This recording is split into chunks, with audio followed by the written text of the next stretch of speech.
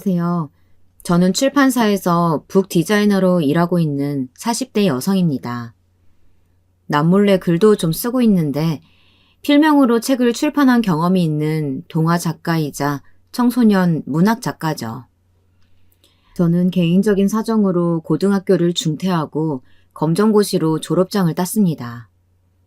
대학은 따로 가지 않았지만 일찍부터 일을 시작했죠. 글을 쓰는 방법을 따로 배운 것은 아니지만 줄곧 그려오던 그림과 글이 지금의 편집장님 눈에 들어서 책도 내게 되었거든요. 저희 남편을 만난 것도 출판사 덕분이에요. 대형 서점의 매니저로 일하던 남편과 우연히 함께 일을 하게 되면서 서로 간에 호감을 갖게 되었죠. 저보다 5살이나 많은 남편은 제가 고졸이라는 점과 제가 가지고 있는 문제점에 대해 모든 것을 다 알고 있는 몇 안 되는 사람 중 하나예요. 저에게 정식으로 교제를 신청했을 때 제가 다 고백했거든요. 이런 나라도 괜찮다고 말할 수 있느냐고 말이죠. 저는 분명히 고백을 철회할 것이라고 생각했어요. 아마 2번 다시 저에게 가까이 다가오지 않을 것이라고 생각했죠. 하지만 남편은 그런 점을 알려줘서 고맙다고 하면서 오히려 저의 고백 덕분에 더 저를 이해할 수 있을 것 같다고 하면서 제게 결혼을 전제로 만나자고 말해주었습니다. 지금 이야기하자면 저는 후에 남편의 프로포즈보다도 그 순간이 더 기억에 남았어요. 제 귀에는 그 어떤 소리보다 아름답게 들렸거든요. 제가 이 남자와 결혼을 해야겠다고 다짐하게 되는 계기가 되기도 했고요. 남편에게는 아래로 남동생이 2 있었는데요. 남편은 셋이 연년생이다 보니 부르기에는 형이라고 불러도 거진 친구나 다름없는 사이라고 말해주었습니다. 어쩌다 보니 제가 가장 어린 것이 되어버렸다고 하면서 혹시나 동생들이 자기보다 어린 형수님이라고 건방지게 굴면 말해달라고 하더군요.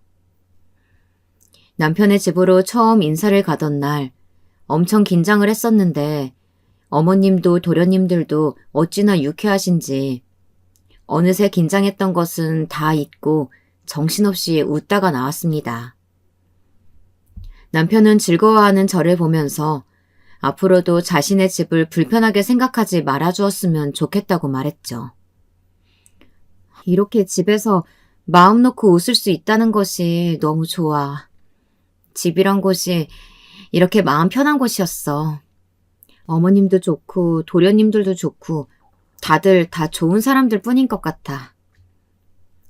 그 중에서 가장 좋은 사람이 나였으면 좋겠는데 말이야. 네가 웃어서 나도 좋아. 결혼하면 더 웃게 해줄게. 저는 낯간지러운 남편의 말에 한참을 더 웃어야 했지만 이런 따뜻한 분위기가 너무 좋았어요. 저는 위로 오빠와 언니가 하나씩 있는 1남 2녀의 막내로 태어났습니다. 늦둥이라서 오빠와 언니와는 나이 터울이 좀 있는 편이었죠. 오빠가 저보다 10살, 언니가 7살 많았거든요. 저희 집은 흔히 말하는 엘리트 집안입니다. 아버지부터 시작해서 어머니, 오빠, 언니까지 다들 카이스트와 서울대를 나왔죠.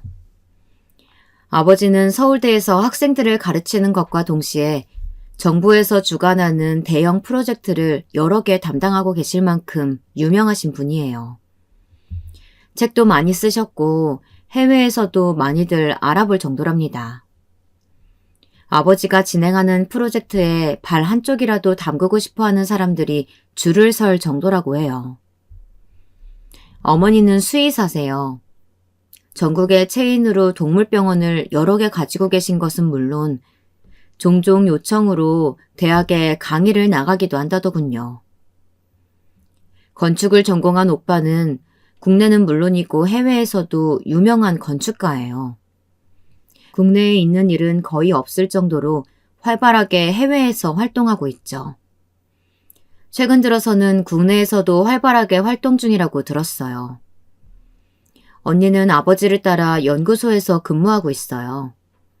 우리 가족 중에서는 가장 아버지를 많이 닮았죠. 다들 들어서 아시겠지만 저를 제외한 모든 가족들이 이과형이에요. 수학, 과학에 엄청난 관심과 재능을 가진 사람들이었죠. 언니와 오빠는 당연히 과학고를 졸업해서 카이스트로 조기 진학을 했던 사람들이고요. 저희 가족을 아는 사람들은 피는 못 속인다는 말을 하면서 가족들의 스펙에 많이들 놀라신답니다. 그리고는 저도 당연히 언니 오빠처럼 잘 하겠거니 하면서 바라보았죠. 저를 가르쳐 주셨던 선생님도 그랬고 가정교사도 그랬어요. 사사건건 비교를 했죠. 하지만 저는 언니나 오빠와는 전혀 달랐어요. 수학, 과학에는 조금의 관심도 재능도 없었죠. 오히려 그림이나 음악과 같은 예술 과목에 강했어요. 친척 어른들은 그런 저를 보면서 어디서 이런 돌연변이가 나왔느냐고 안타깝게 바라보셨죠. 제가 이런 이야기를 하면 가족들은 제게 엄청난 압박감을 줬다고 생각하실 수 있는데요. 사실 그 누구도 제게 공부를 강요하지 않았어요.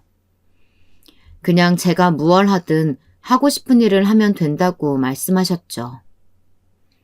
하지만 당시에는 그런 말씀들이 꼭 제 귀에는 너에게는 아무것도 기대하지 않는다 라고 들렸거든요. 물론 지금은 잘 알고 있어요. 가족들이 제게 그렇게 말했던 것은 다 진심이란 사실을요. 막내인 제가 스스로 하고 싶은 일을 찾아서 행복하게 지내기만을 바라셨지 단 한 번도 자기들처럼 공부로 성공하길 바라신 적은 없다는 것을요. 그래도 당시에는 한 번도 그런 생각을 한 적이 없었어요. 그냥 제가 부족하기 때문에 가족들이 아무런 관심이 없다고만 생각했죠. 한 번은 저도 열심히 공부해서 오빠나 언니만큼은 아니지만 잘하고 싶었어요. 그래서 그렇게 좋아하는 그림을 뒤로 미루고 오로지 공부만 했던 때도 있었죠. 시험을 준비하는 동안 저는 물만 마셔도 구토를 할 만큼 예민한 상태였어요. 그렇게 열심히 준비를 하고 시험장에 들어갔는데 정말 눈앞이 하얗게 된다는 것이 무엇인지 실감할 수 있었어요.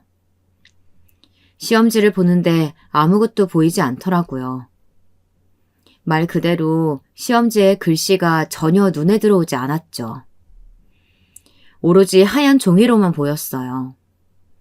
그대로 저는 교실에서 쓰러졌고 병원으로 실려갔습니다. 그 일이 있고 나서 학교에서도 저는 겉돌기 시작했어요. 다들 저를 무슨 전염병 환자처럼 피하기만 했죠. 결국 더 이상은 견디질 못하고 자퇴를 했습니다. 자퇴를 하고 싶다고 말했을 때 부모님은 아무 말씀이 없으셨어요. 그냥 못 견디겠으면 자퇴하고 제가 원하는 것을 해도 된다고 하셨죠. 자퇴를 하고 한동안 그림을 그리면서 살았어요. 초반에 편집장님이 보셨던 것들이 다 이때 만들어진 것들이랍니다. 이후 출판사에서 일하지 않겠느냐는 소리에 저는 처음으로 저를 원하는 곳이 있다는 것이 신기해서 바로 검정고시를 준비하고는 졸업장을 땄답니다. 남편이 결혼 승낙을 받기 위해 집에 찾아왔을 때도 가족들은 한마디 말이 없었어요. 다들 평범하게 식사를 했죠. 물론 잠시 아버지와 오빠가 남편과 따로 이야기하는 것 같기는 했지만 그뿐이었죠. 아버지랑 오빠가 뭐라고 하셔? 싫은 소리 하셨지. 무슨 소리야? 싫은 소리라니. 그런 일 전혀 없었으니까 이상한 생각은 하지 마. 그럼 무슨 이야기 하셨는데? 나한테도 알려줄 수 있잖아. 비밀이야. 아버님이랑 형님께 아무에게도 말하지 않겠다고 약속했거든. 저는 궁금하기는 했지만 비밀이라고 하는데 자꾸 캐묻기도 난감해서 알겠다고만 했죠. 남편은 이후에도 몇 번이나 물었지만 비밀이라고 하면서 말을 아끼더라고요. 나중에 저희 둘 사이에 아이가 생기고 나서야 이날의 일을 알려주었답니다. 출판사에 취직하고 나서는 집에서도 나와 살았었는데 솔직히 요리라고 할 만한 것들을 한 적이 없었어요. 그래서 결혼하기 전에 요리를 배워볼까도 했는데 좀처럼 시간이 나질 않더라고요. 그래서 결혼을 하고 나서도 식사 준비를 한다는 것이 좀 서툴렀죠. 남편은 아침에 뭐하러 밥을 먹느냐고 그냥 가볍게 토스트면 충분하다고 했지만 저는 좀 미안하더라고요. 그래서 조심스럽게 어머님께 전화를 드려서 요리를 배울 수 없겠느냐고 물었어요. 어머님께서는 엄청 기뻐하시면서 언제든지 오고 싶은 날에 오라고 해주셨죠. 요리를 가르쳐 주겠다고 하시면서 말이에요. 결혼하면서 재택근무로 상황을 돌린 저는 거의 매일같이 오전에 어머님께 찾아가서 요리를 배웠어요. 완전한 신세계였죠. 어머님께서는 제가 요리에 재능이 있는 것 같다고 하시면서 칭찬을 엄청 해주셨어요. 남편은 매일같이 화려한 저녁 반찬에 무슨 일인지 의아해하다가 제가 어머님께 요리를 배운다고 했더니 크게 웃으면서 재미있냐고 묻더군요. 왜 웃어? 내가 요리 배운다니까 이상해? 그럴 리가. 난 왜 요즘 반찬들이 다 우리 엄마 손맛이 나나 싶어서 고민했는데 당신이 매일같이 갔을 거라고는 생각을 못했지. 고마워. 워낙 삼형제들이 다 밖에 나와 있어서 엄마가 혼자 계시거든. 왜 자꾸 당신이 딸 같다고 하시는지 이제 알겠네. 저는 남편의 말에 기분이 좋더라고요. 어머님께서 저를 그렇게 생각해 주셨다는 사실도 행복했죠. 제가 꿈꾸던 가족의 모습과 너무나도 닮아 있었답니다. 저는 자식은 이왕이면 많이 갖고 싶었어요. 남편과 가족 계획에 대해 이야기할 때에도 저는 능력만 된다면 아이를 많이 낳아서 기르고 싶다고 말했죠. 남편 역시도 가능하면 셋은 있었으면 좋겠다고 했고요. 그러던 와중에 정말 제가 임신을 하게 되었어요. 태명은 행운이라고 지었죠. 시댁 식구들에게 임신 사실을 알리자 모두가 축하하며 파티를 열어주었어요. 친정에는 남편이 연락했는데 일주일도 되지 않아서 집으로 아기용품들이 배달되어 오더라고요. 저는 이게 다 뭔가 싶어서 남편에게 물었더니 남편이 친정 식구들이 보내준 것이라고 알려주더라고요. 다들 얼마나 기뻐하시는데 우리 행운이 출산 준비할 것도 없겠다. 다 보내주셔서. 이건 당신 먹어야 한다고 꼭 챙겨줘야 한다고 처형이 챙겨주셨어. 남편은 하나같이 다들 좋은 것들 뿐이라 행운이가 부럽다면서 괜히 툴툴거리는 신용을 하며 아기 방을 차곡차곡 정리하는 것을 도와주었죠. 기분이 좀 이상하더군요. 이렇게 친정 식구들에게 관심을 많이 받았던 적이 있었나 싶기도 했고요. 제가 무슨 생각을 하는지 다 알고 있다는 듯 남편은 친정 식구들에게 전화를 자주 드려보라고 하더군요. 평소에는 친정 식구들과 연락하는 일이 거의 없다 보니 전화를 걸겠다고 생각해도 좀처럼 손이 가지 않더라고요. 겨우 용기를 내서 언니에게 전화를 걸었는데 제 예상과는 다르게 다들 반가워하더라고요. 특히 언니는 벌써 아이를 가졌냐고 애가 애를 가진 것 같다고 이야기해 주었죠. 남편은 그제야 제게 첫인사를 간 날 아버지와 오빠가 했던 이야기를 알려주었습니다.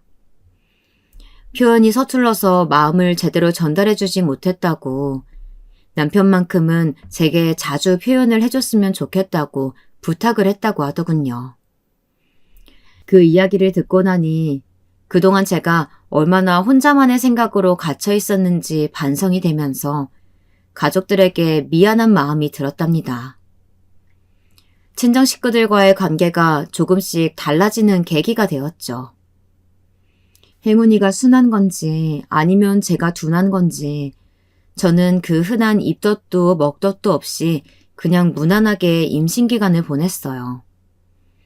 딱히 저를 힘들게 하는 것들이 없었죠. 배가 점점 나오면서 시어머니께서는 종종 저희 집에 오셔서는 필요한 것들을 챙겨주셨어요. 첫 아이라 힘들 수 있다는 이야기를 너무 많이 들어서 겁을 먹었었는데 의사 선생님께서도 놀라실 만큼 빠른 시간에 아이가 태어났답니다. 물론 아프지 않았던 것은 아니지만 그 시간이 짧아서 저도 많이 놀랐죠. 시댁 식구들도 친정 식구들도 행운이를 보면서 다들 기뻐하셨는데 그 모습을 보니 기분이 좀 이상하더라고요. 괜히 심장이 간질거리는 기분이라고나 할까요? 지금까지 남편을 만나 가장 행복하다고 생각했는데 그 이상의 순간들이 있더라고요. 하지만 저의 이런 소중한 순간은 그리 길지 않았어요. 시댁에 새 식구가 들어오면서 처참하게 무너졌죠. 도련님들이 2달 간격으로 결혼을 하면서 저보다 나이가 많은 동서들이 생겼거든요. 2사람도 공교롭게 서울대 출신이더라고요. 바로 아래 동서는 저희 아버지가 교수로 줄곧 계셨던 과를 나와서 지금은 작은 연구실에서 소속되어 있다고 했어요. 막내 동서는 인테리어를 전공했다고 했죠. 저는 마치 아버지와 오빠를 보는 기분이 들었어요. 형님은 북 디자이너로 일한다고 들었어요. 대학은 어디 나오셨어요? 혹시 외국에서 나오셨어요? 아니요, 저는 그냥 고등학교까지만 다녔어요. 그림은 대학을 가지 않더라도 그릴 수 있으니까요. 어머, 그럼 고졸이란 말씀이세요? 해외 다른 대학 다니신 것은 아니고요? 왜 아트스쿨 같은 것들 있잖아요. 비행기를 못 타서요. 아직 해외에 나가본 적이 없어요. 동서들은 제가 대학을 나오지 않았다는 사실이 뭐가 그렇게 큰 충격인지 한참을 입만 벌리고 서 있더니 자기들끼리 수군거렸어요. 오랜 경험을 통해 저런 분위기라면 제가 들어봤자 좋은 일은 아니겠다 싶어서 자리를 피했죠. 하지만 그렇게 나온 덕분인지 2사람은 더 이상 속삭이는 것도 없이 이야기를 대놓고 하더군요. 형님, 고졸이래요. 세상에서 처음 봤어요. 고졸이라고 이야기하는 사람. 대부분 부끄러워서 고개도 못 들고 다니지 않아요? 아니면 사이버 대학이라도 다녀서 졸업장을 만들지. 진짜 미스테리네요. 안 그래도 나이 어린 형님이라서 껄끄러웠는데 고등학교만 겨우 졸업한 사람한테 형님이라고 부르려니까 자존심 상한다 진짜. 아니 아주버님은 어떻게 저런 여자랑 결혼할 생각을 하시지? 다른 식구들도 마찬가지고 저런 낮은 애들을 집에 들이면 급이 확 떨어지는데 그걸 모르셨나? 짜증나. 형님이라니. 제가 대학 이야기를 꺼낼 때부터 각오는 했지만 막상 직접 듣고 나니까 더 충격적이더군요. 아무렇지 않은 척하고 안으로 들어가려고 했지만 그것도 쉽지 않았어요. 자꾸만 떨려오는 손가락 때문에 어떻게 할 수가 없었죠. 결국 몇 번의 심호흡 끝에 겨우 정신을 차릴 수 있었답니다. 그리고는 제가 윗사람이라는 사실을 잊지 말자고 중얼거렸어요. 서방님들의 결혼이 결정되면서 시어머니께서는 저를 불러 확실하게 할 것이 있다고 하셨어요. 비록 제가 상대적으로 어리기는 하지만 윗사람으로서 확실하게 잡아줄 것은 잡아야 한다고 하셨죠. 시대가 아무리 좋아져도 지켜야 할 부분은 절대 무너져서는 안 된다고 하시면서 제가 잘할 수 있을 것이라고 응원해 주기도 하셨거든요. 그 일을 생각하니 그냥 넘어가는 것보다 처음부터 확실하게 잡고 넘어가는 것이 좋겠다는 생각이 들었어요. 저는 2사람에게 다가가서 방금 이야기를 다 들었다고 말했죠. 2사람은 놀라거나 당황한 기색도 없이 그게 무슨 상관이냐는 듯이 저를 바라보았죠. 내가 고졸인 것하고 동서들이 나를 형님이라고 부르는 게 무슨 상관이 있는지 모르겠네요. 우리 가족의 구성원으로 들어왔으면 지킬 것은 지켜야 되지 않겠어요? 그 정도는 상식이잖아요. 그러니까 뒤에서 저에 대해서 이야기하고 싶으시면 들리지 않는 곳에 가서 하세요. 의외로 제가 강하게 나간 것인지 동서들은 대꾸도 하지 않고 가만히 있었어요. 저는 저녁 준비가 아직 끝나지 않았다면서 빨리 움직였으면 좋겠다고 했죠. 동서들은 입을 꾹 다물고는 저와 함께 저녁을 준비했어요. 이때까지만 해도 저는 형님으로서 잘 해냈다고 생각했어요. 하지만 이 모든 것은 저의 착각이었죠. 동서들은 교묘하게 저를 따돌리기 시작했어요. 자기들 딴에는 제게 소외감을 주고 싶어서 그러는 것 같은데 제 눈에는 유치하게만 보였어요. 어머님과 셋이서 쇼핑을 다녀와서는 이름도 알 수 없는 명품들을 어머님께 잔뜩 안겨드리더라고요. 그리고는 제가 이런 것에는 무지할 것 같아서 굳이 같이 가자고 권하지 않았다고 말하면서 웃는데 가소롭기까지 했어요. 어머니께서 기분 좋게 선물을 받으셨는데 제가 마음 상할 이유가 없잖아요. 어머니 병원 문제도 그랬어요. 늘 제가 모시고 갔었기에 연락을 드렸더니 동서들이 병원 가자고 하면서 아침부터 찾아왔다고 하더라고요. 그런데 큰아가, 여기가 늘 오던 병원이 아니네. 갑자기 새 병원으로 와서는 검사를 이것저것 하고 있어. 이게 다 무슨 일이니? 저는 어처구니가 없어서 동서에게 다시 전화를 걸었죠. 제 전화인 것을 뻔히 알면서 자꾸 끊어버리더라고요. 마음이 조급해진 저는 몇 번이고 전화를 걸었죠. 지금 바쁘니까 그만 좀 하세요. 병원이에요. 동서, 어머님이 뭐 때문에 병원 다니고 있는지 알고는 있어? 이게 다 무슨 일이야? 우리가 아무리 그래도 큰형님보다는 못하겠어요? 어머님이야 우리가 알아서 잘 모시고 있으니까 가만히 좀 계세요. 조그만 병원에서 뭘 한다고 거기를 모시고 가요 진짜. 어머니께서는 당뇨와 혈압이 있으셔서 매달 약을 타서 드시고 계셨거든요. 최근 상태가 좋아져서 크게 걱정할 일도 없었는데 갑자기 이렇게 병원을 바꾼다고 하니 저야 당연히 당황스러웠죠. 저는 어머님께 다시 전화를 걸어서 어느 병원인지 여쭙고는 바로 달려갔습니다. 다행히 아직 진료실로 들어가지는 않았더라고요. 저를 본 동서들은 기분 나쁘다는 티를 팍팍 내면서 왜 왔느냐고 하더군요. 저는 동서들의 말은 무시하고 어머님께 혹시 어지럽거나 답답한 곳은 없으시냐고 물었습니다. 어머님은 아직까지는 괜찮다고 하셨죠. 어머님 차례가 되자 동서들은 들어오지 말라고 저를 밀치더군요. 하지만 저는 꿋꿋하게 안으로 들어갔죠. 혈압이랑 당이 좀 있으시네요. 혹시 처방받은 약 있으신가요? 새로 처방받고 싶어서요. 병원을 옮기려고요. 의사는 곤란하다는 표정을 지으며 약을 처방받은 것은 언제부터였는지 물어보셨죠. 어머님께서는 7년 정도 되었다고 말씀하셨어요. 저는 곁에 있다가 어머님께서 그동안 드시던 약에 대해 메모해둔 노트를 의사 선생님께 보여드렸어요. 주기적으로 혈압과 혈당을 체크한 것을 보시더니 의사는 기존의 처방대로 하시는 것이 낫다고 말씀해 주셨죠. 그럼 여기서 처방을 다시 해주시면 안 되나요? 약을 꼭 같은 것으로 먹을 필요는 없잖아요. 의사는 어처구니 없는 이야기를 들었다는 표정으로 나이도 있으신데 굳이 처방을 바꿀 필요는 없다고 말씀하셨어요. 병원을 나오면서 어머니를 제 차로 모시고는 동서들에게 이런 일은 만들지 말라고 경고했죠. 이후 한동안 저와 동서들은 서먹한 사이로 지냈어요. 동서들은 제가 있는 자리에서는 대학 시절 이야기로 저를 고립시키고 싶어 했지만 저는 아무렇지도 않았답니다. 하지만 어머니 생신 때의 일은 저도 기분이 확 상하더라고요. 시댁 식구들은 거의 한 달에 한 번씩 가족 행사가 있었는데요.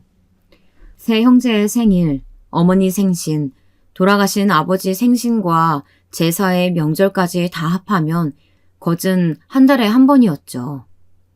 그때마다 가족들끼리 모여서 밥을 먹기로 했었답니다. 매번 제가 음식점을 예약하고 준비를 했죠. 어머니 생신 때도 마찬가지였어요.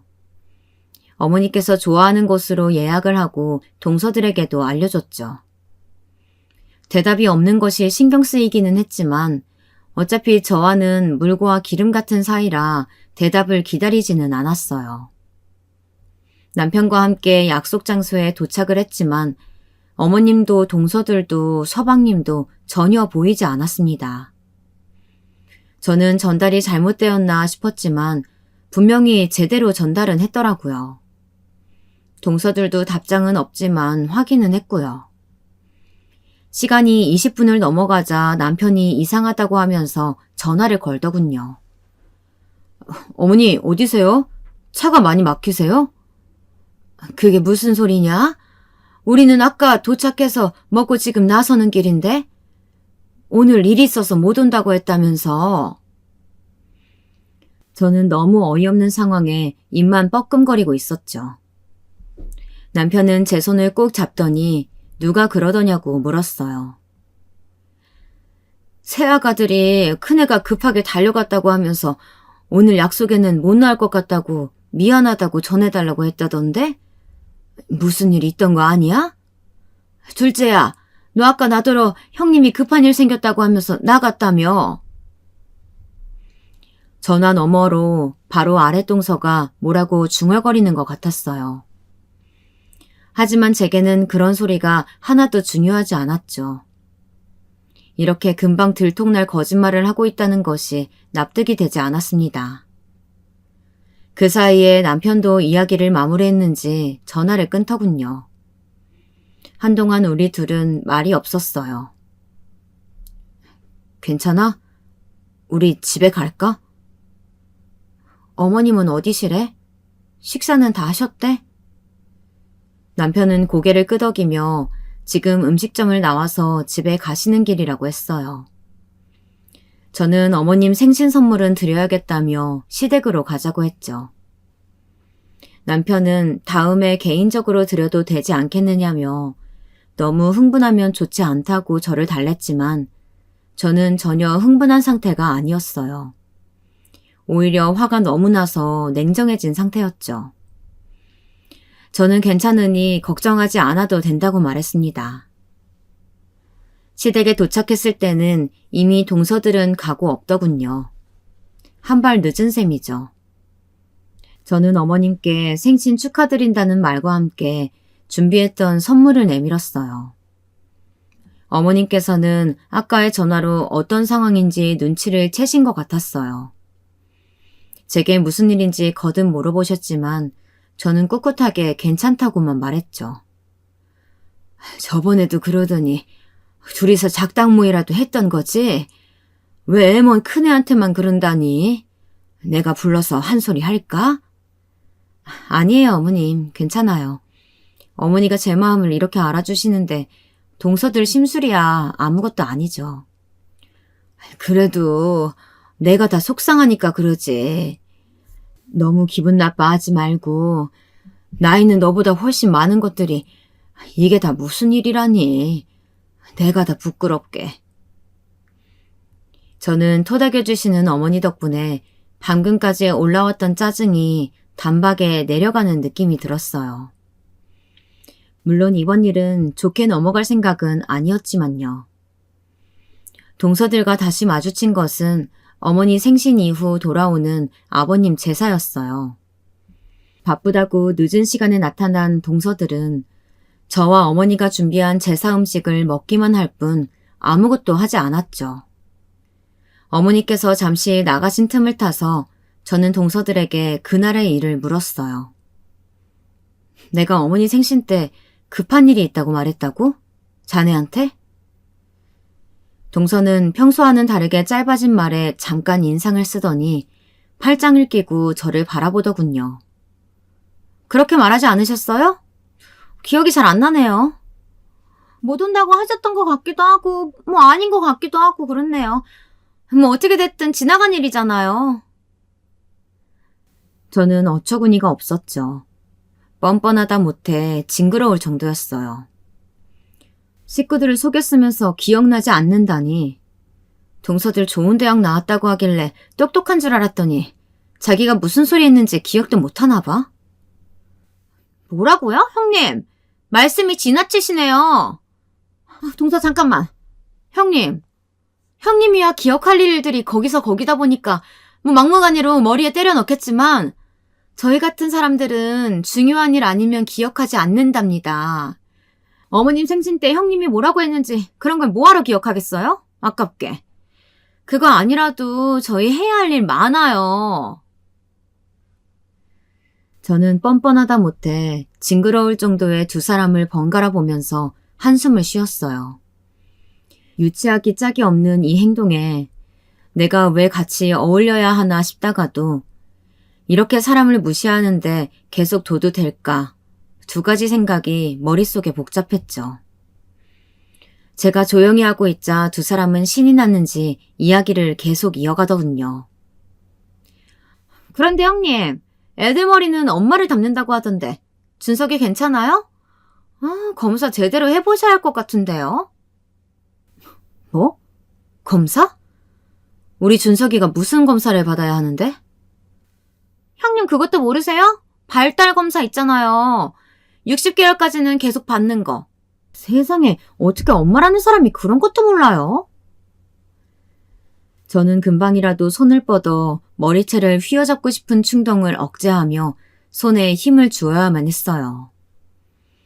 손톱이 바닥을 파고드는지 따끔하더군요. 하지만 그렇게 해서라도 머리를 식히지 않으면 오늘 무슨 일을 낼 것 같았습니다. 내가 발달 검사가 뭔지 몰라서 묻는다고 생각해? 왜 우리 준석이가 그런 검사를 제대로 해야 하느냐고 묻는 거잖아. 동서야말로 내 말이 어려워? 이해가 안 되니? 참나. 큰형님이야말로 당연하잖아요. 엄마라는 사람이 사회 부적응자로 고등학교 중퇴했는데 그런 검사 제대로 받아야 되는 거 아니에요? 언어 발달이나 사회성에 문제 있는지 누가 알아요? 안 그래요, 형님?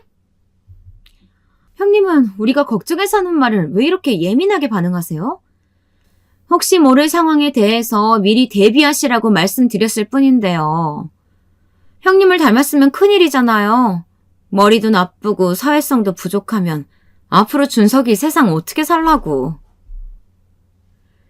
소름 끼칠 정도로 방긋 웃으면서 말하는 동서를 보던 저는 손에 끼고 있던 고무장갑을 벗어 동서의 얼굴에 던졌습니다. 형님! 뭐하는 짓이에요? 나한테 뭐라고 하던 신경 안 쓰는데 우리 준석이에 대해서 이러쿵저러쿵 떠들어대는 것은 절대 못 참아. 나한테 어떻게든 모욕감 주고 싶은 모양인데 자네들이 얼마든지 떠들어봤자 나는 상관없어. 그런 소리에 상처받을 시기는 지났으니까. 하지만 우리 준석이한테 그런다? 절대 그냥 못 넘어가지! 동서의 고함 소리와 제 목소리가 밖에 들렸는지 어머니와 남편이 헐레벌떡 뛰어오는 소리가 들렸죠. 하지만 저는 전혀 아랑곳하지 않았어요. 큰형님 미치셨어요? 교양 없이 뭘 던지시는 거예요? 교양? 자네들은 교양이 넘쳐서 어머니 생신 때 날 따돌리려고 거짓말을 해? 그 행동은 어지간히 교양이 넘치고. 동서들은 억울한 듯 눈물을 찍어내며 제가 마치 자신들을 괴롭힌 것처럼 상황을 만들더군요. 외부인들이 보면 딱 오해하기 좋겠다 싶었죠. 남편은 제게 다가와서 손을 잡아주며 집에 먼저 가겠느냐고 물었어요. 준석이랑 먼저 집에 갈래? 나는 제사 지내고 갈게. 여기 있으면 당신 스트레스만 더 받겠어. 저는 어머님께 죄송하다고 말씀드리고는 자리를 벗어났어요. 나가는 길에 서방님과 마주쳤지만 저는 나중에 이야기하자고만 하고 시댁을 나왔죠. 그날 제가 가고 나서 어머님께서는 동서들에게 엄청나게 화를 내셨다고 해요. 거짓말은 물론이고 저에게 모욕감을 주기 위해서 말을 함부로 한 것도 사실 밖에서 다 듣고 계셨던 모양이더라고요. 어머님은 두 사람에게 이런 일로 집안을 시끄럽게 만들면 가만히 두지 않겠다고 하셨대요. 남편의 이야기를 들으면서 그 순간에 일그러진 동서들 얼굴을 보지 못한 것이 아쉬울 지경이었죠. 어머님께 혼이 난 것이 효과가 있기는 한 것인지 그날 이후에 동서들은 제게 필요한 말을 제외하고는 전혀 하지 않았어요. 물론 뒤에서는 어떻게 하고 있는지는 모르지만 말이죠. 어머니께서는 두 사람을 용서하길 바라셨지만 저는 절대 그럴 수 없었죠. 저에게 퍼붓는 모욕감은 전혀 상관이 없었지만 어린이집을 다니는 준석이를 데리고 그런 말을 주고받았다는 사실은 전혀 용서가 되지 않았거든요. 동서들에게 그 값을 되돌려줄 수 있는 기회는 의외로 가까이 있었어요. 한국에 잠깐 귀국해 있던 오빠에게서 연락이 와서는 아버지께서 정부 프로젝트를 추진하는 연구소에 원장으로 취임하게 되셨는데 그 축하 파티에 왔으면 좋겠다고 말이죠. 나도 이번에 큰일 따낸 게 있어서 한국에 잠시 있을 예정이거든. 그래서 가족 다 모여서 얼굴이라도 보면 좋겠다 싶어서. 네가 파티를 좀 꺼려하는 것은 알지만 갈게요. 준석이도 많이 컸거든요. 드릴 말씀도 있고. 오빠는 정말 다행이라고 하면서 자신이 차를 보내주겠다고 했죠. 저는 남편에게 파티 이야기를 했어요. 남편은 무리하는 것 아니냐며 제 배를 바라보았죠. 그때 제가 둘째를 임신했거든요. 아직 그 누구에게도 말하지 못했지만 말이에요. 저는 안정기로 접어들고 있어서 괜찮다고 했어요. 오빠가 차를 보내준다고 해서 더 걱정할 필요가 없다고 말이죠. 남편은 그날 반차를 내고 함께 가기로 했답니다. 파티는 예상했던 것 이상으로 사람들이 모여 있었어요. 아마 오빠가 한국에 들어왔다는 소식도 한몫하지 않았을까 생각했죠. 남편은 화장실이 가고 싶다고 칭얼거리는 준석이를 데리고 잠시 나갔다 오겠다고 했어요. 혼자 남아서 주위를 구경하는데 멀리서 낯익은 얼굴이 보였어요. 동서들이었죠. 저는 이 자리에 왜 저 두 사람이 왔는지 이해가 되지 않았어요. 하지만 저만큼 그들도 제가 이 자리에 있는 것이 놀란 모양인지 빠른 걸음으로 제게 다가오더라고요. 큰형님? 세상에, 큰형님이세요? 형님이 왜 여기 있어요? 옷은 그게 다 뭐고요? 세상에. 형님, 여기가 어딘지 알고 오신 거예요? 장소 착각하신 것 같은데요? 여긴 형님 같은 사람이 오실 곳이 아니거든요. 당장 가드 불러서 끌어내기 전에 나가세요. 동서들은 자기들이 이 파티의 호스트라도 되는 것처럼 인상을 쓰면서 제게 나가라고 했죠. 엄밀히 말하면 호스트 자격이 있는 사람은 저인데 말이죠. 저는 전혀 모르겠다는 표정을 지으면서 동서들을 바라보았어요. 내가 왜 못 올 곳이야, 여기가? 자네들은 여기 있어도 되고? 재밌네. 자네들은 되고 난 안 된다니까. 당연하죠. 여긴 서울대 교수님의 연구소장 취임 축하 파티예요. 고등학교도 졸업 못하고 검정고시나 한 형님이 오실 곳은 아니란 말이죠. 물 흐릴 생각하지 마시고 당장 나가세요. 다른 사람들 보기 전에 당장이요. 형님은 도대체 사람이 왜 이렇게 경우가 없고 이기적이에요? 이런 사람이 여기 있다는 사실을 알면 다들 얼마나 기분 나쁠지 생각해 보셨어요? 왜 기분이 나빠? 자네들 말처럼 급이 맞지 않아서? 큰형님, 저희 오늘 엄청 중요한 일 있으니까 괜히 저희까지 소란에 말려들게 하지 말고 나가세요. 저는 동서들이 말하는 중요한 일이 뭘까 생각해봤어요. 그리고 불안한 듯 시선을 힐끔거리는 동서들을 바라보면서 쉽게 알 수 있었죠. 이 자리에는 연구소장이 되신 아버지도 프로젝트를 시작하는 오빠도 있었으니 대학교 후배인 동서들은 어떻게든 연주를 잡고 싶어 하는 것이 당연했죠. 제 말 안 들리세요? 머리가 나쁘다부터 이상해지셨어요? 당장 나가라고요! 그쪽이 누군데 내 동생한테 나가라 마라 지적이지? 동서는 갑자기 끼어든 언니의 목소리에 소스라치게 놀라며 뒤를 돌아보았어요. 바로 아래 동서는 언니가 누구인지 알아본 눈치였어요. 하긴 아버지와 함께 이번 연구소의 중심 인물로 스카웃되었다는 이야기는 저도 들었는데 바로 아래 동서라고 모를 리가 없었죠. 언니는 제게 다가와서 흐트러진 머리카락을 정리하며 물었어요. 준석이랑 재부는 어디 가고 혼자 있어? 괜찮아? 이 사람들 누구니? 아까부터 들었는데 영문도 모를 소리만 하던데. 너 아는 사람이야? 아까부터 있었어? 난 언니 못 봤는데. 언니는 빙긋 웃으면서 기둥에 가려져 있어서 그럴 수 있다고 말했죠. 그리고 제 곁에 서서는 동서들을 바라보며 누구냐고 물었어요.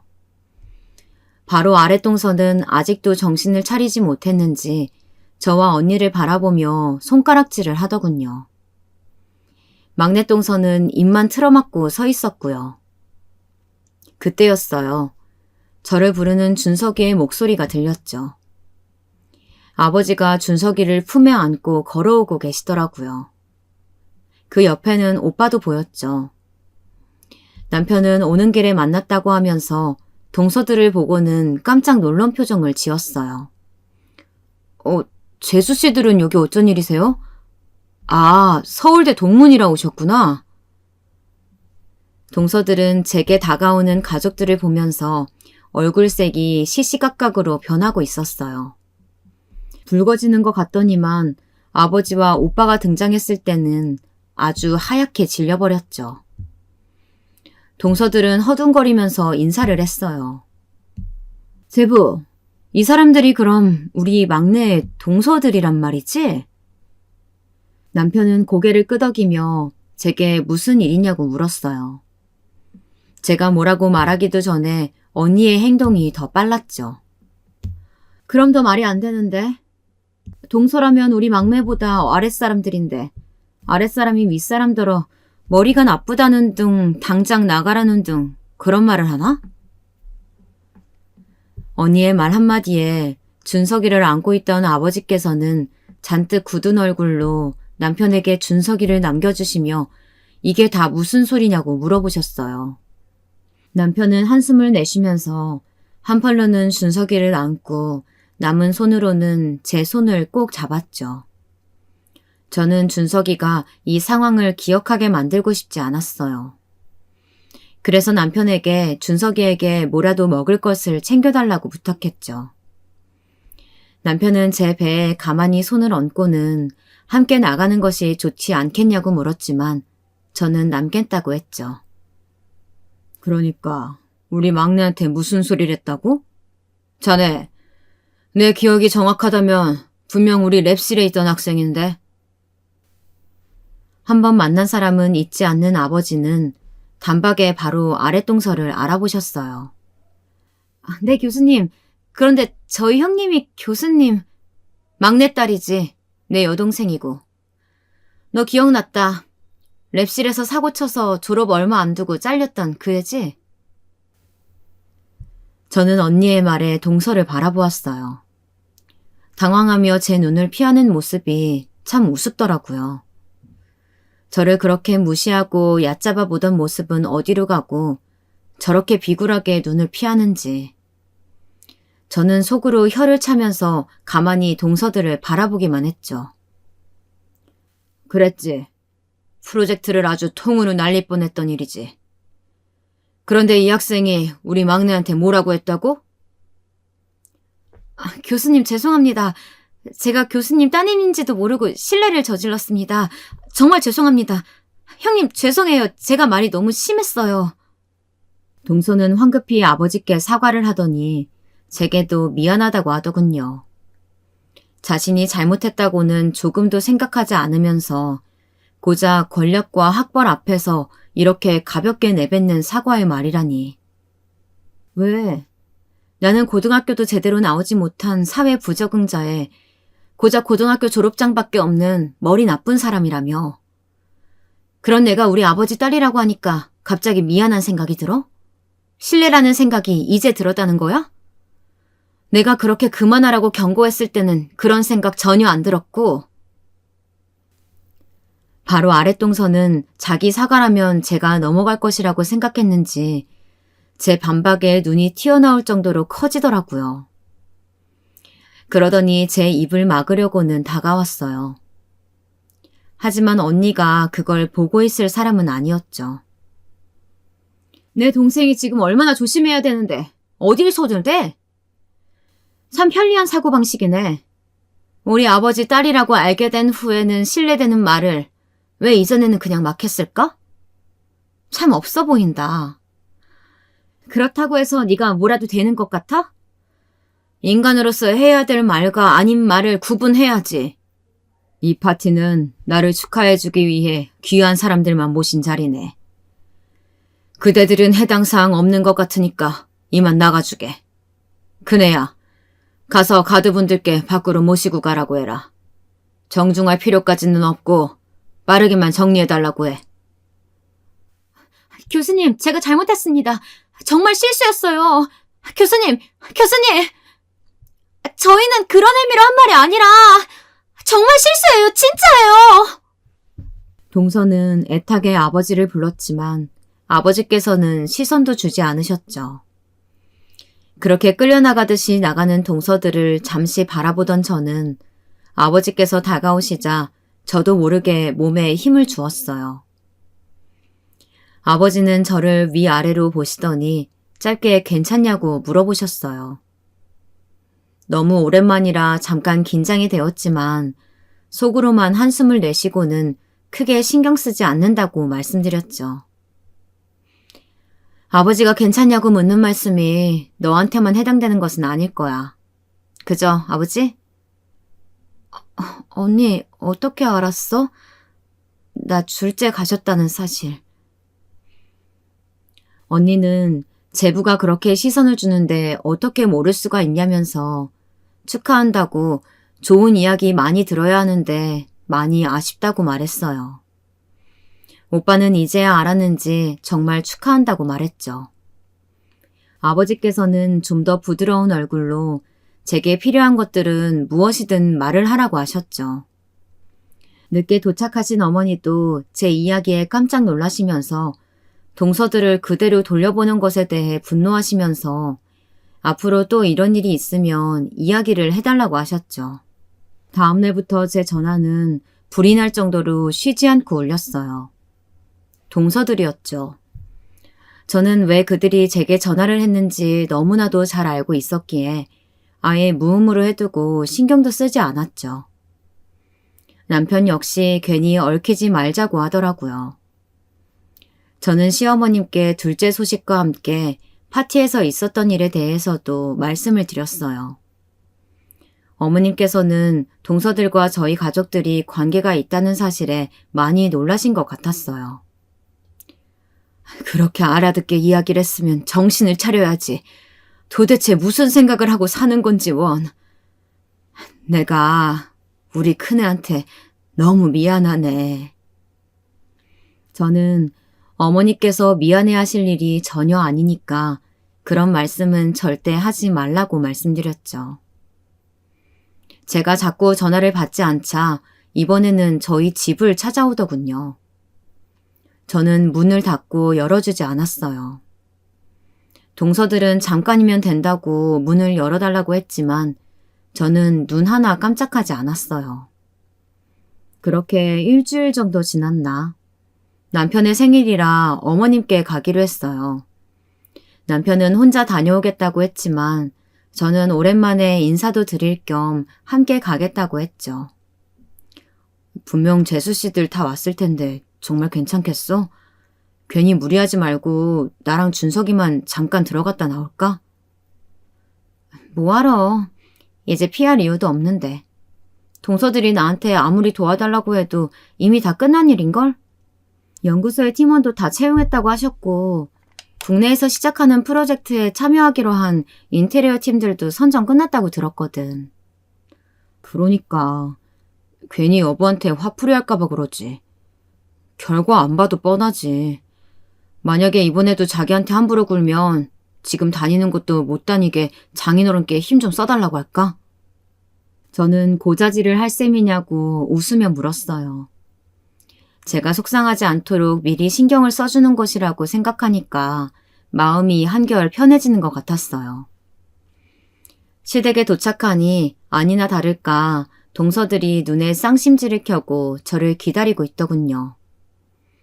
시어머님께서는 소란스럽게 하려거든 당장 나가라고 하셨지만 동서들 귀에는 전혀 들리지 않는 것 같았어요.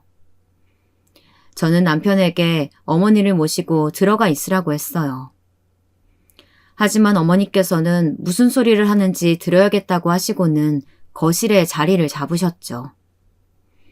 저 역시 그 곁에 자리를 잡았습니다. 동서들은 제가 자리에 앉기 무섭게 따지고 들었어요. 형님, 어떻게 그렇게 연락 한 번을 안 하실 수가 있어요? 제가 몇 번이나 찾아가고 전화드렸는데 정말 너무하시는 거 아니에요? 내가 동서가 전화하면 쪼르르 달려가서 받아야 하고 동서가 찾아오면 감사합니다 하고 맞이해야 돼? 우리가 그런 사이야? 아니잖아. 서로 거북한데 뭐하러 만나고 전화를 해? 큰형님, 진짜 너무하시네요. 아무리 저희가 섭섭하게 했다고 해도 윗사람이면 적당히 넘어가고 그렇게 하는 거지. 이렇게 치졸하게 나오셔야 돼요? 저는 한 번이라도, 단 한 번도 저를 윗사람 대접을 한 적이 없는 사람들이 이런 말을 한다는 상황이 좀처럼 적응이 되지 않았죠. 얼마나 얼굴이 두꺼우면 이렇게 나올 수 있을까 싶었죠. 치졸? 내가 뭘 했다고 그래? 그날 파티에서 쫓겨난 거?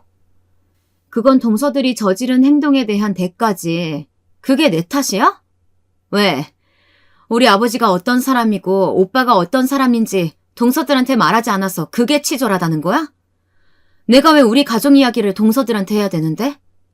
나는 동서들 부모님이 뭐 하시는 분인지, 형제 자매가 어떻게 살고 있는지 전혀 모르는데 궁금하지도 않고. 저희가 어떤 일을 하는지 뻔히 알면서 입 그렇게 다물고 계셨잖아요. 그게 그럼 치졸한 게 아니고 뭐예요? 저희가 어떻게 나오나 지켜보다가 저희 이렇게 망신 주려고 계획하신 거 아니냐고요. 솔직히 저희가 없는 이야기 한 것도 아니고 그냥 큰형님에 대해서 이야기 좀 했다고 이렇게 하시는 건 아니잖아요. 동서들은 바락바락 목에 핏대까지 세워가며 제게 따지고 들었어요. 이야기를 듣고 있자니 좀 이상한 것 같았어요. 고작 파티에서 쫓겨난 것 가지고 이렇게 나를 세울 일인가 싶기도 했죠. 설마 팀원 구성에 발탁되지 못한 것을 제 탓으로 돌리려는 것인가 그런 생각이 들자 더 어이가 없더라고요. 동서들이 부족해서 팀원에 들지 못한 걸 왜 내 탓을 하지? 내가 두 사람 떨어지게 해달라고 청탁을 넣은 것 같아? 내가 뭐하러 그런 귀찮은 행동을 해? 끝까지 모른 척 하시네요. 압력 넣으셨잖아요. 저 프로젝트에서 제외하라고. 이번 인테리어 프로젝트가 얼마나 큰일인지 큰형님은 당연히 모르시겠죠. 그러니까 저를 제외시키면 참석할 수 있게 해두겠다고 말하라고 시키신 거 아니냐고요. 막내 동서의 말에 의하면 다니는 회사가 프로젝트에 참석하게 되었는데 팀장이 막내 동서를 제외를 시켰다고 하더라고요. 그리고는 한직에서 밀려났다고 모든 것이 제 탓이라고 했죠. 저는 그런 일에 대해 정말이지 아무것도 몰랐거든요. 그리고 오빠의 성격에 제가 부탁을 한다고 해서 들어줄 사람도 아니었고요. 완벽자의주인 오빠가 일에 사적인 감정을 끌어들였을 리가 없다고 생각했답니다. 정말 형님 그렇게 안 봤는데 사람 의문스러운 구석 있으시네요. 연줄 동원해서 저희 곤란하게 만들으셨잖아요. 왜 아닌 척 하세요? 제가 이대로 넘어갈 것 같아요? 정식으로 고소할 거예요. 아시겠어요? 고소? 누구를? 우리 가족을? 고작 우리 가족들이 연줄로 움직여지는 사람들이라고 생각하는 거야? 어디 해봐. 해보자고. 누가 잘못했는지. 동서 둘은 벌떡 일어나더니 시어머님께는 인사도 하지 않고 나가버렸어요. 어머니께서는 제 손을 잡으시고는 동서들 말에 상처받지 말라고 하셨어요. 사실 최근 들어서 두 사람 다 직장에서 일이 제대로 풀리지 않았지만 집에서도 문제가 많다고 하더라고요. 자세한 이야기는 하고 싶지 않아 하셨지만 나중에 듣고는 정말 기함을 토했답니다. 저한테 하는 행동만이 문제가 아니었구나 싶었죠. 고소를 하겠다고 한 것이 거짓은 아니었는지 아버지 연구소 팀원의 선전 과정에 불공정한 정황이 있다는 신고가 들어갔다고 하더라고요. 저는 너무 어처구니가 없어서 동서들의 이야기를 아버지께 말씀드렸죠. 아버지는 물론 마음 같아서는 지원서조차도 열어보고 싶지 않았지만 양심에 어긋날 만한 행동은 전혀 없었다고 확실히 말씀해 주셨죠. 조사 결과 당연히 무혐의로 나왔고요. 바로 아랫동서는 이 일이 크게 밝혀지면서 지금 일하고 있는 연구실과도 계약이 종료된 것은 물론 서방님과도 사이가 나빠져서 이혼 조정에 들어갔다고 하더라고요. 나중에 들어서 알게 되었는데 동서가 화장품이니 가방이니 옷이니 명품 아니면 안 된다고 하면서 사들인 물건이 한 달에 몇 천씩 되었던 모양이더라고요. 그 때문에 사채를 쓴 일도 있었고요. 서방님과 싸운 이유도 다 이런 것 때문이었죠. 그러다 결국 집 보증금까지 손을 댄 사실이 밝혀져서 결국은 이혼을 하기로 했다고 말이죠. 막내 동서는 사정이 좀 더 나빴어요. 자신의 보직이동에 불만을 품었던 막내 동서는 사실 그동안에 고객 클레임이 너무 많아서 회사 내부에서도 말이 많았던 모양이더라고요. 오빠가 추진하는 국내 프로젝트가 워낙 예민한 사항들이 많다 보니 막내 동서를 제외하고 가는 것으로 팀원과 다른 팀원들이 동의를 했었다고 하네요. 그 사실을 나중에야 알게 된 막내 동서는 클레임부터 시작해서 자신의 잘못은 아무것도 없다고 날뛰다가 결국 해고당했다고 해요. 그 와중에 호스트 클럽을 다니면서 외도한 사실이 밝혀져서 재산 분할은커녕 위자료만 잔뜩 물어주게 되는 상황에 처했다고 하더군요. 못된 생각이라고 손가락질 받을지는 모르지만 저는 동서들 이야기를 듣고 속이 다 시원했어요. 오히려 그렇게 저를 무시했던 사람들의 마지막이라고 하기에는 참 허무하다 싶었죠. 결국에는 이렇게 다 돌려받게 되는 것이 인생인데 말이죠. 둘째가 어린이집을 갈 때가 되면 오랜만에 동화책을 쓰려고 해요. 콧대 높은 딱따구리 2마리를 주인공으로 말이죠. 내가 존중받고 싶다면 상대방을 먼저 존중할 줄 알아야 한다는 사실을 알려줄 수 있는 그런 동화를 쓰려고 합니다. 우리 아이들은 물론 앞으로 자라는 아이들에게 꼭 알려주고 싶다는 생각이 들었거든요.